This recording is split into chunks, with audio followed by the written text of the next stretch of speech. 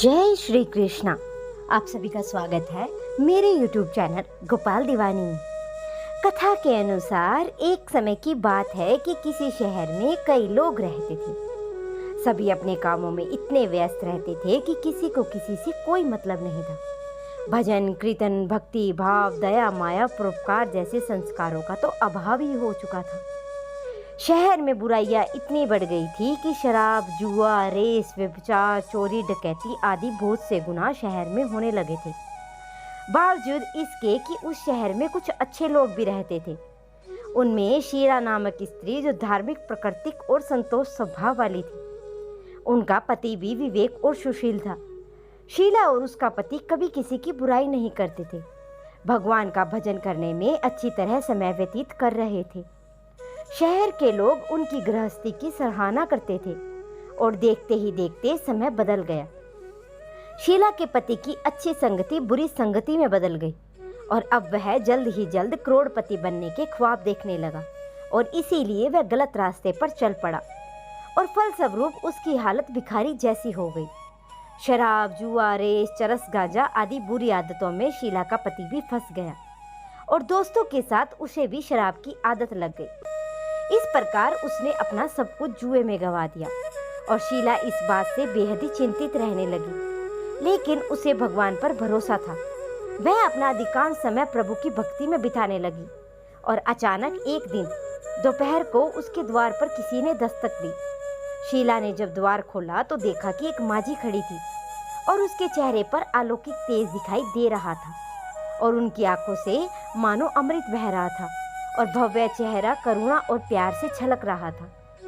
उसको देखते ही शीला के मन में काफी शांति महसूस हुई। उसका रोम रोम आनंदमय हो उठा।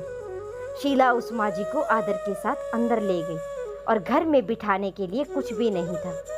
शीला ने एक फटी हुई चादर पर माझी को बिठाया तो माझी बोली कि क्यों शीला, मुझे पहचाना नहीं?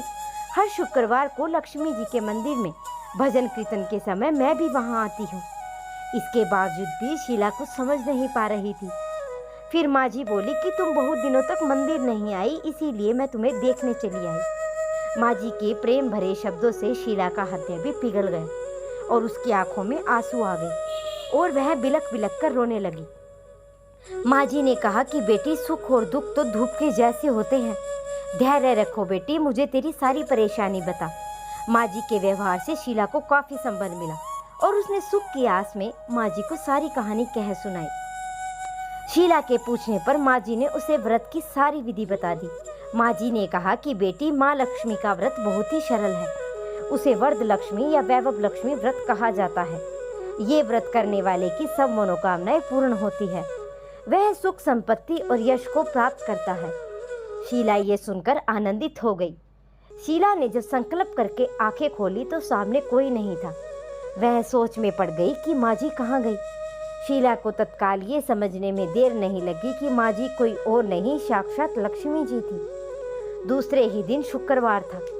सुबह स्नान करके स्वच्छ कपड़े पहनकर शीला ने माझी के द्वारा बताई गई विधि से पूरे मन से व्रत किया और आखिर में प्रसाद वितरण हुआ। ये प्रसाद उसने पहले अपने पति को खिलाया और प्रसाद के खाते ही पति के स्वभाव में फर्क पड़ गया। उसने उस दिन शीला को मारा भी नहीं और सताया भी नहीं। शीला को बहुत ही आनंद हुआ और उनके मन में वैभव लक्ष्मी व्रत के लिए श्रद्धा और भी बढ़ गई।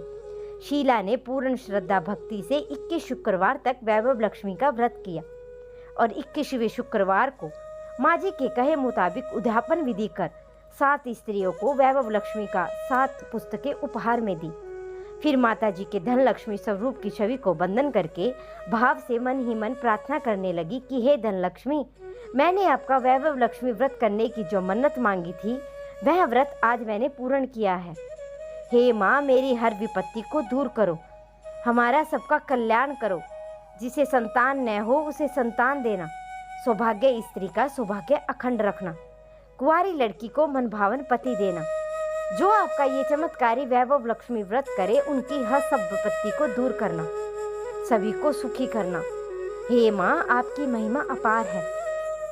ऐसा बोलकर लक्ष्मी के धन लक्ष्मी स्वरूप की छवि को प्रणाम किया और व्रत के प्रभाव से शीला का पति भी अच्छा पति बन गया और कड़ी मेहनत करके व्यवसाय करने लगा। उसने तुरंत ही शीला के गिरवी रखे हुए गहने को छुड़वा दिया। घर में धन की वृद्धि हुई और पहले की तरह सुख और शांति छा गई। वैभव लक्ष्मी का व्रत का प्रभाव देखकर पूरे मोहल्ले की दूसरी स्त्रियां भी विधि पूर्वक वैभव लक्ष्मी का व्रत करने लगी। तो ये थी वैभव लक्ष्मी की व्रत कथा। आशा करती हूँ कि आप सभी को कथा अवश्य पसंद आई होगी। अगर आप सभी को कथा पसंद आई है तो मेरे चैनल को सब्सक्राइब कर लीजिए, वीडियो को लाइक कर दीजिए और शेयर करना ना भूलें।